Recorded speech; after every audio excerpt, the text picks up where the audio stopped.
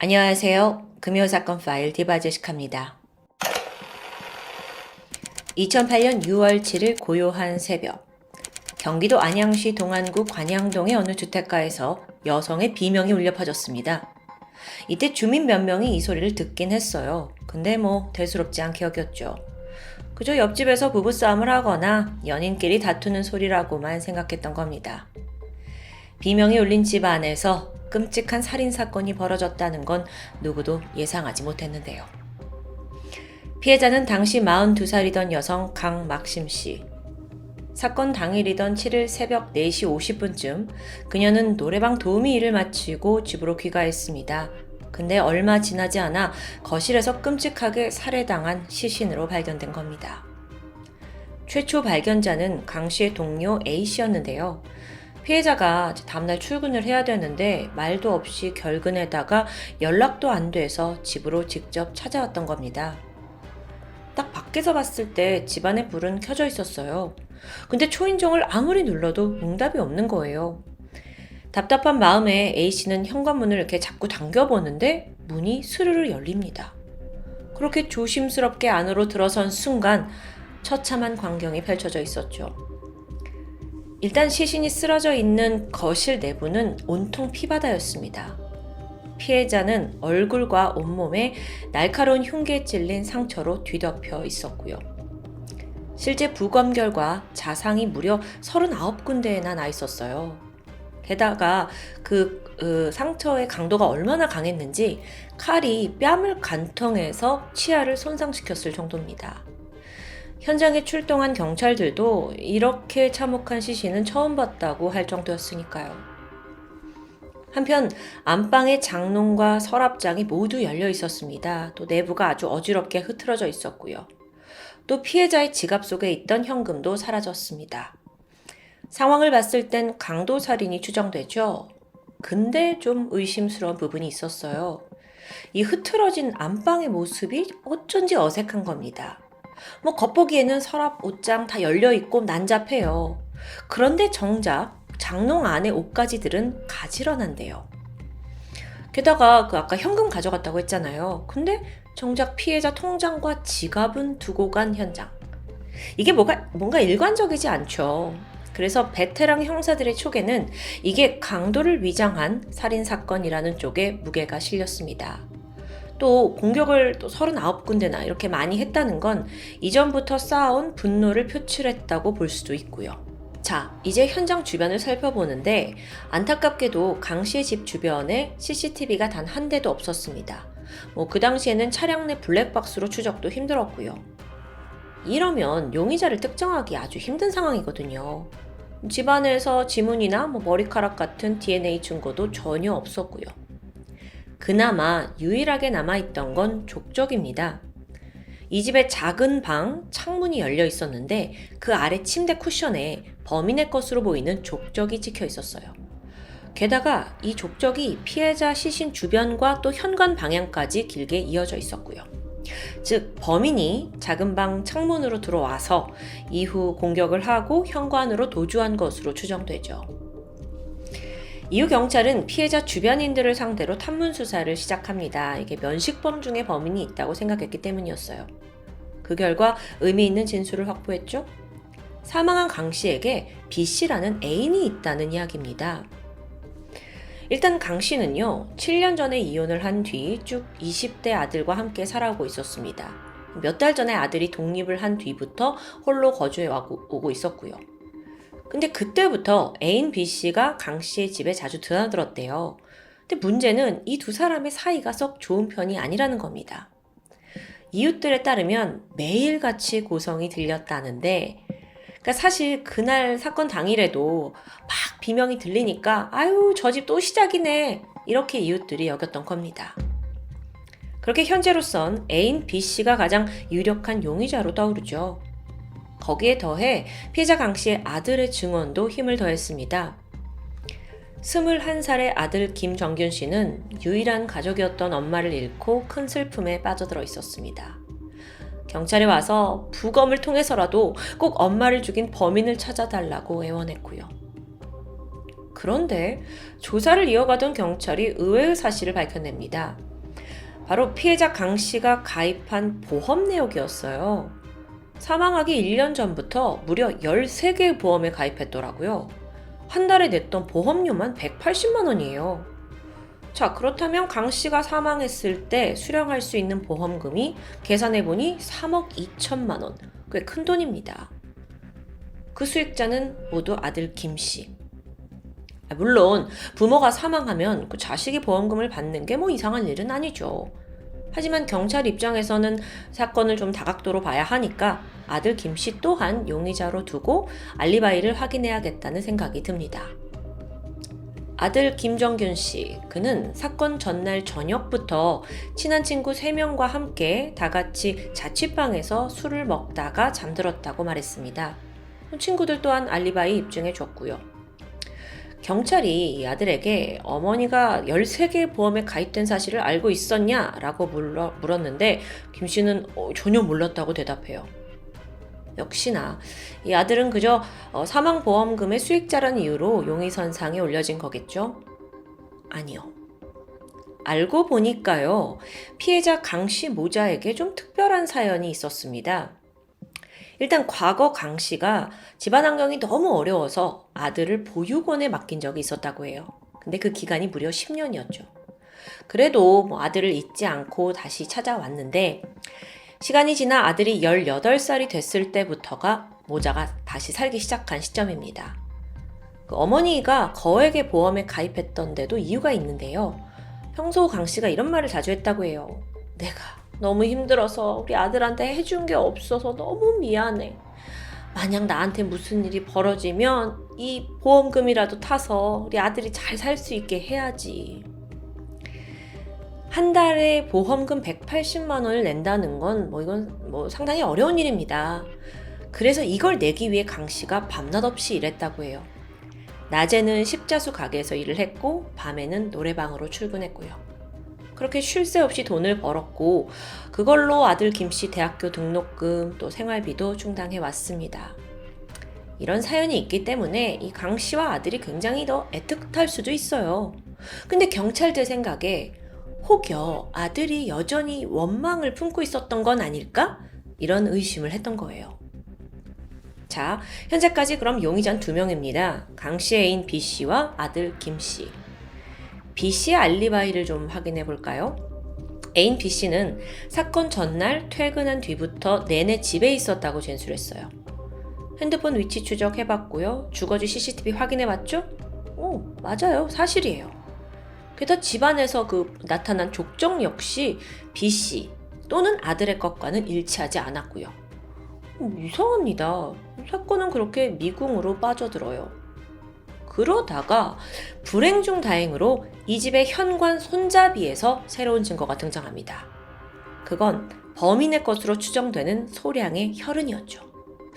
피가 여기 왜 묻어있지? 어쩌면 범인이 강 씨를 공격하던 와중에 자기도 부상을 입었을 가능성이 있는 거예요. 어라?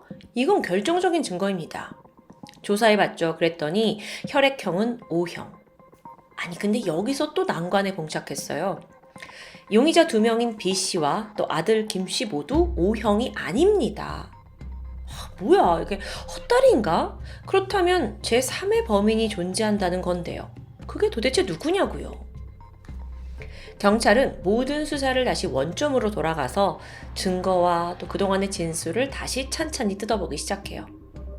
그런데 그러던 중 아들 김 씨 자취방에서 함께 술을 먹고 잠들었다 하는 친구들의 진술을 살펴보게 되거든요. 보니까 이 친구들이 일단 아들 김 씨와 보육원에서 함께 자란 사이들입니다. 또 그들 중에 한 명은 아침까지 아르바이트를 하고 늦게 들어왔다고 말했고요. 그래서 경찰이 그 친구를 다시 소환했어요. 아침에 자취방에 돌아왔을 때 정말 김 씨가 다른 친구들과 함께 자고 있었는지 이걸 확인해 보려고요. 자, 불렀죠? 근데 이 얘가 유독 좀 대답을 회피하고 말을 우물쭈물 더듬는 거예요. 경찰이 이걸 날카롭게 캐치를 했죠. 그래서 강하게 추궁을 합니다. 그러자 하는 말이 그게 아니라요. 사실요. 그 자취방에 한 명이 더 있었어요. 그러니까 정균이, 그 김정균이 친구가 셋이라고 했는데 사실은 4명이 있었다는 거예요.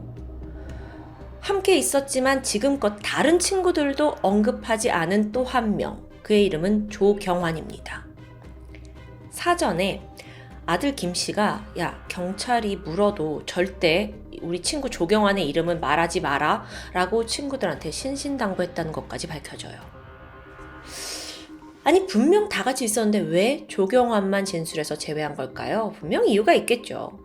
심지어 조 씨는 김 씨와 함께 살고 있던 절친 관계입니다. 더구나 알아보니까 예전에 김 씨의 어머니 강 씨와 한 집에서 살았던 적도 있고요. 경찰은 즉시 조경환, 이 사람을 추적하게 돼요. 근데 연락이 두절됐습니다.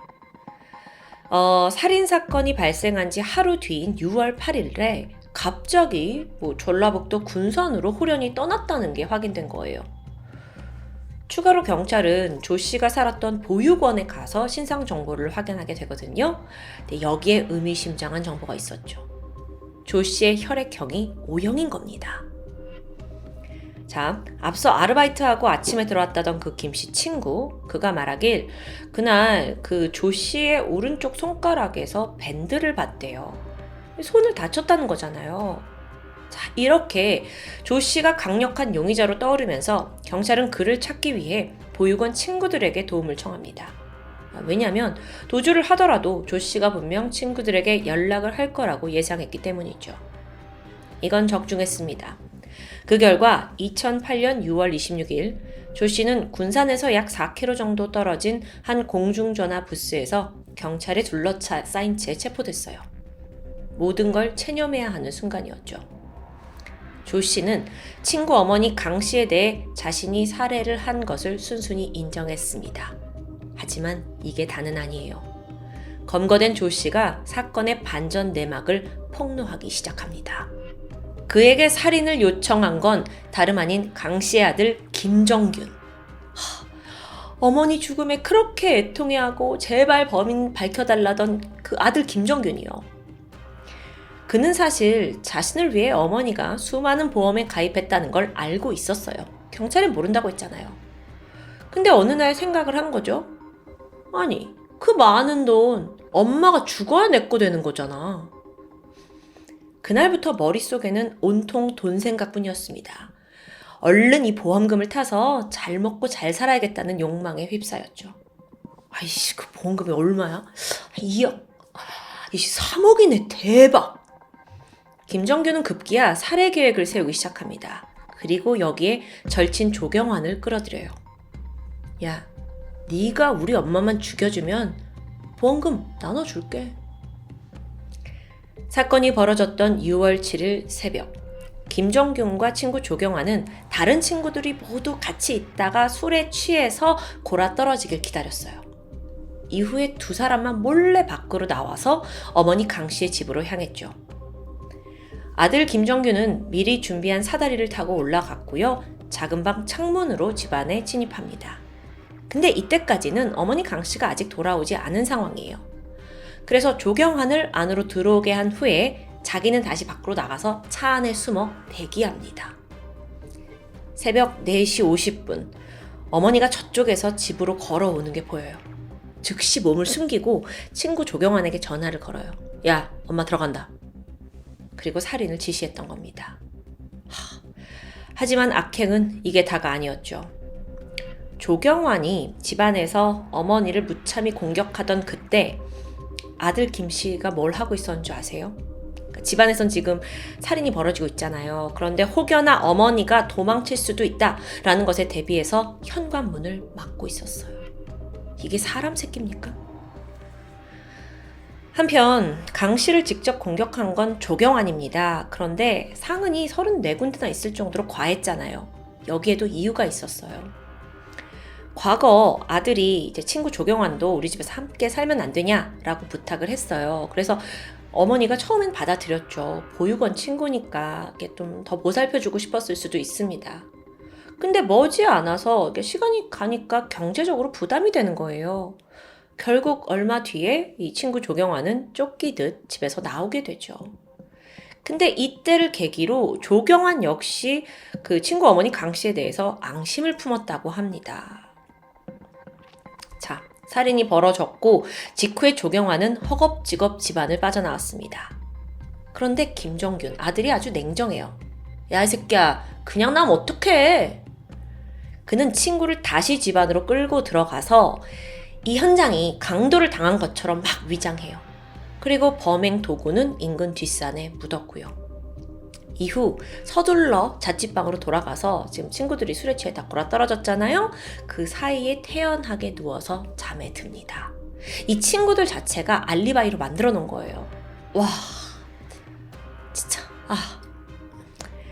여기까지 이 자백을 들은 경찰은 안양에 위치한 아들 김정균의 자취방으로 달려갔고 거기서 즉각 그를 검거합니다. 그런데 얘가 아주 뻔뻔해요. 혐의를 강력하게 부인하는 겁니다. 증거, 진술 뻔히 있는데도 불구하고요. 심지어 조사 도중에 이들의 또 다른 범행도 드러났거든요. 이 살인사건이 벌어지기 2달 전인 2008년 4월 25일 새벽 4시쯤이었는데 둘은 안양시 동안구에 있는 한 카페에 손님으로 위장하고 들어갑니다. 그리고 몽키 스패너를 가지고 카페 주인이던 48살의 여성 박 씨를 수차례 내리쳤고 현금 10만 원과 신용카드를 뺏어서 달아났어요.